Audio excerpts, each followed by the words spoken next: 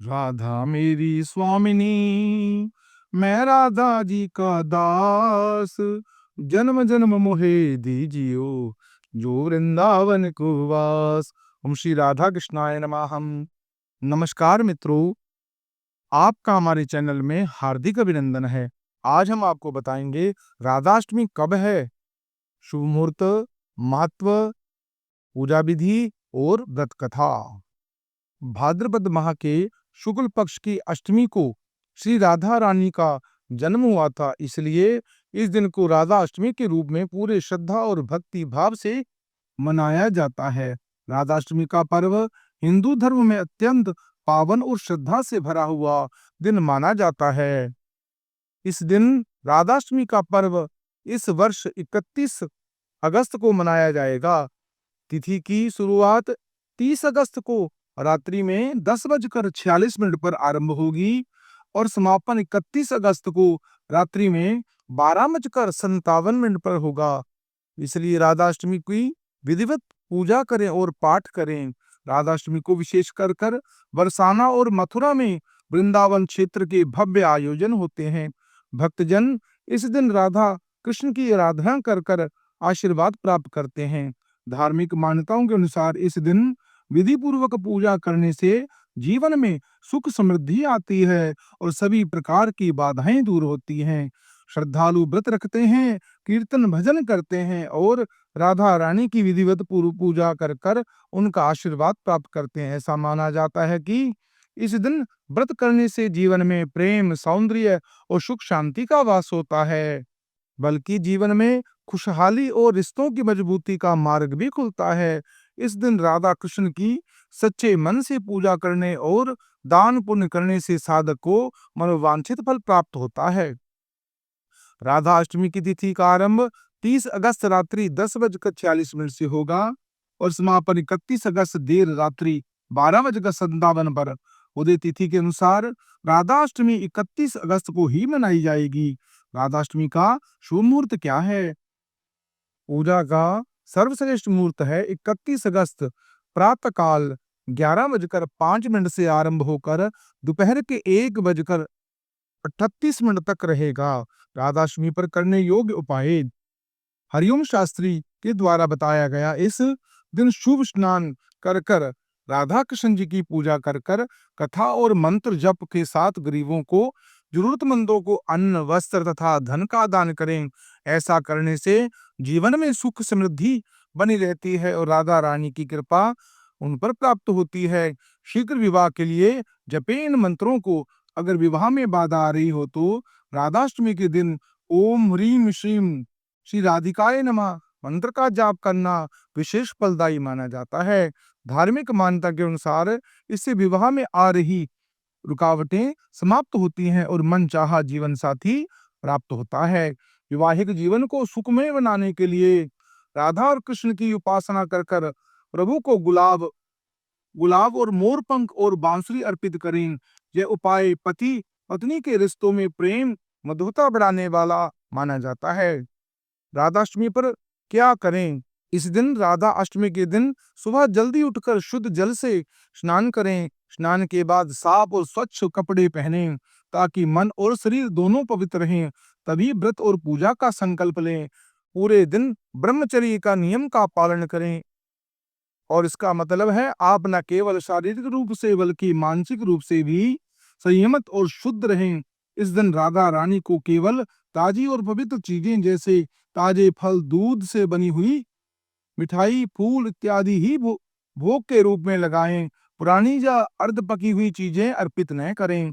व्रत खोलने के समय इन बातों का ध्यान रखें। पूजा के बाद अष्टमी के व्रत की कथा का पाठ या श्रवण करें। इसे व्रत की महिमा और धार्मिकता बढ़ती है और मन को अत्यधिक शांति मिलती है। व्रत खोलने के समय खास होता है कि शुभ मुहूर्त में ही व्रत का पालन करना चाहिए ताकि पूजा का फल पूर्ण रूप से प्राप्त हो। इसमें जल्दबाजी न करें और समय का सम्मान करें। व्रत खोलते समय उसी प्रसाद को ग्रहण करें जिस पूजा में राधा रानी को भोग लगाया गया था।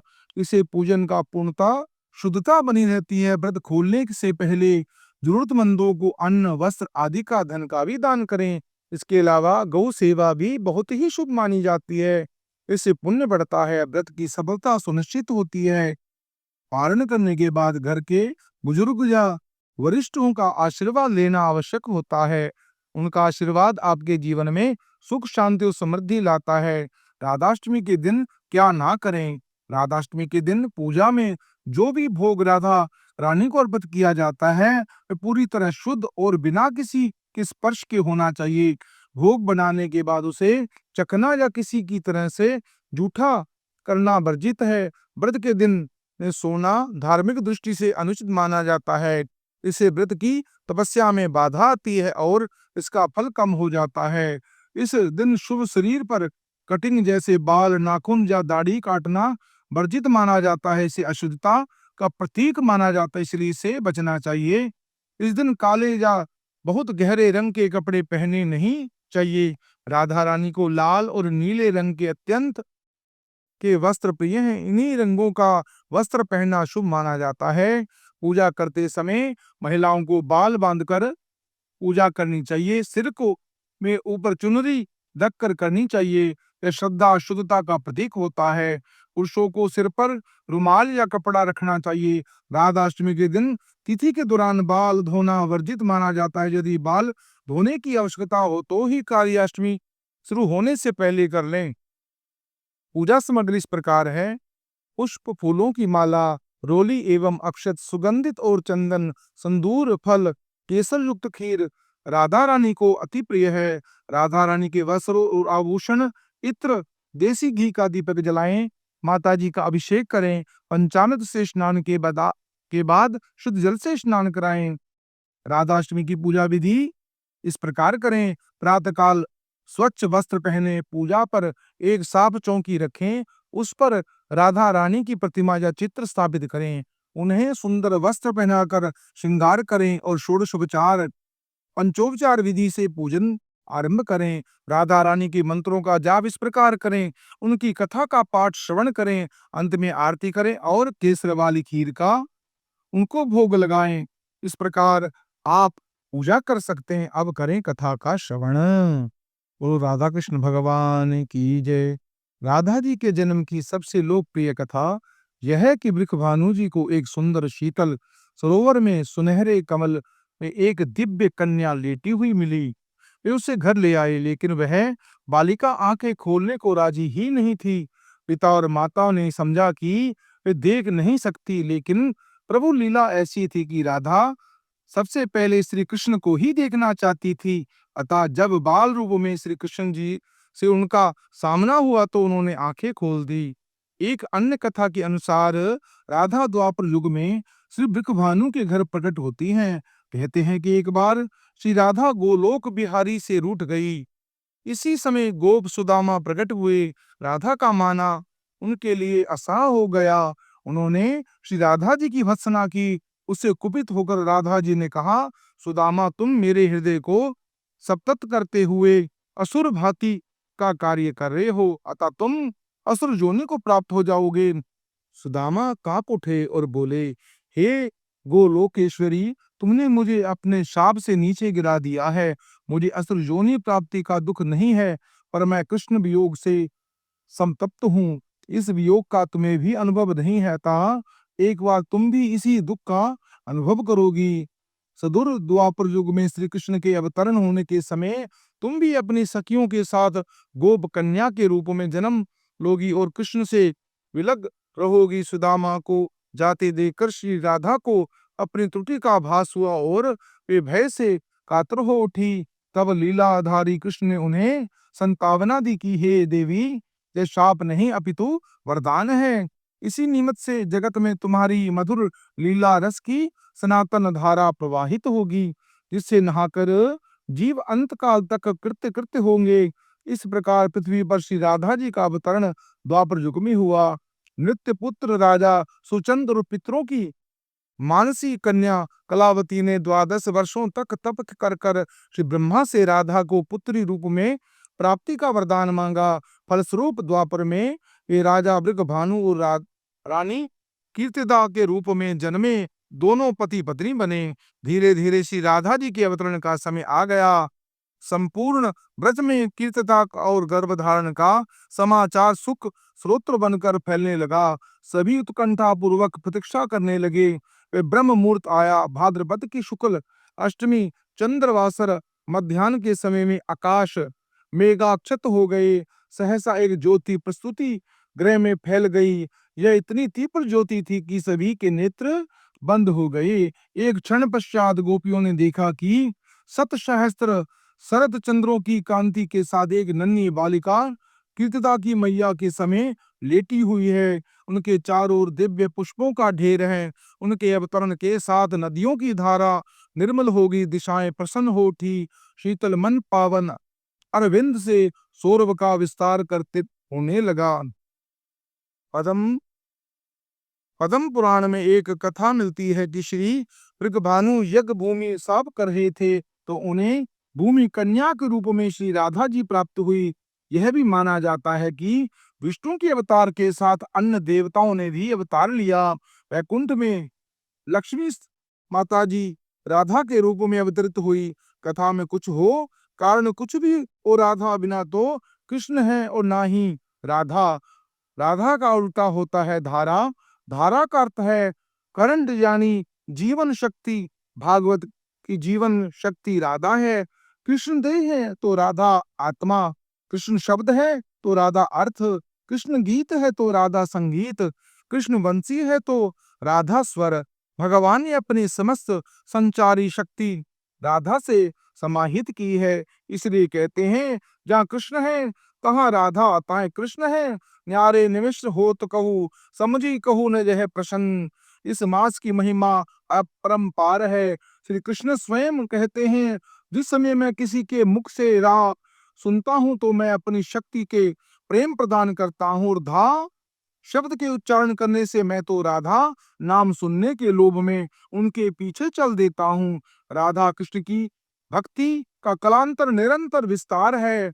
नृतम बल्लभ राधा बल्लभ सखी समुदाय में इसे पुष्ट किया जाता है। कृष्ण के साथ श्री राधा सर्वोच्च देवी रूप में विराजमान है। कृष्ण जगत को मोहते हैं और राधा कृष्ण को 12वीं भी सती में जय देवी के गीत गोविंद रचना के संपूर्ण भारत में कृष्ण और राधा के आध्यात्मिक और प्रेम संबंध का जन्म जन्मांतर प्रसार होता है। अन्य आधारितो नूनम भगवान हरीश्वर्यतो विहाय गोविंदम प्रीत्यात्मनम अग्रह। प्रश्न उठता है कि तीनों लोकों का तारक कृष्ण को शरण देने का सामर्थ्य रखने वाला ये हृदय उनसे आधारिता आधारिता का अर्थात राधिका बनी। उसके बाद कृष्ण की आराध्य हो गई। राधा को परिभाषित करने का सामर्थ्य तो ब्रह्मा में भी नहीं है। कृष्ण राधा से पूछते हैं राधे भागवत में तेरी क्या भूमिका होगी। राधा कहती है मुझे कोई भूमिका नहीं चाहिए का नाम, मैं तो तुम्हारी छाया बनकर रहूंगी। कृष्ण के प्रत्येक सृजन की पृष्ठभूमि यही छाया है।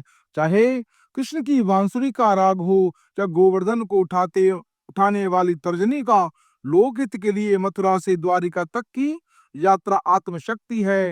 राधिका में आ को हटाने से राधिका बनता है और इसे राधिका का वर्णन महाभारत या श्रीमद् भागवत को में प्राप्त होता है। राधा नाम का उल्लेख नहीं आता भागवत में। श्री राधा का स्पष्ट नाम उल्लेख ना होने के कारण एक कथा यह भी आती है कि सुखदेव को साक्षात श्री कृष्ण से मिलाने वाली राधा है और सुखदेव उन्हें अपना गुरु मानते हैं। कहते हैं कि भागवत की रचिता सुखदेव की जो गुरु हैं राधा जी के पास सुख रूप में रहकर राधा जी का नाम जपते थे। एक दिन राधा जी ने उनको कहा हे शुक, तुम अब राधा के स्थान पर श्री कृष्ण का नाम जप लिया करो। उसी समय श्री कृष्ण आ गए। राधा ने कहकर यह कहा कि शुक बहुत ही मीठे स्वर में बोलता है, उसे कृष्ण के हाथ में सौंप दिया, अर्थात उसे ब्रह्मा का साक्षात्कार करा दिया। इस प्रकार श्री राधा सुखदेव जी की गुरु हैं और वे गुरु उनका नाम कैसे ले सकते हैं। मित्रों, यह पवित्र कथा मनुष्य की संपूर्ण अभिलाषाओं को पूर्ण करती हैं, समस्त पापों का नाश करती हैं, जीवन मरण से मुक्ति दिलाती हैं। जो इस कथा का श्रवण करता है उनके समस्त शाप ताप दूर होते हैं, उन पर श्री राधा रानी कृष्ण भगवान की कृपा सदैव बनी रहती है, उनकी मनोकामना पूरी होती है। मित्रों, यह पवित्र कथा को आप अपने इष्ट मित्रों को शेयर करें, पुण्य के भागी बने। इस चैनल को सब्सक्राइब करें, लाइक करें और कमेंट बॉक्स में ओम श्री राधा कृष्ण अवश्य लिखें।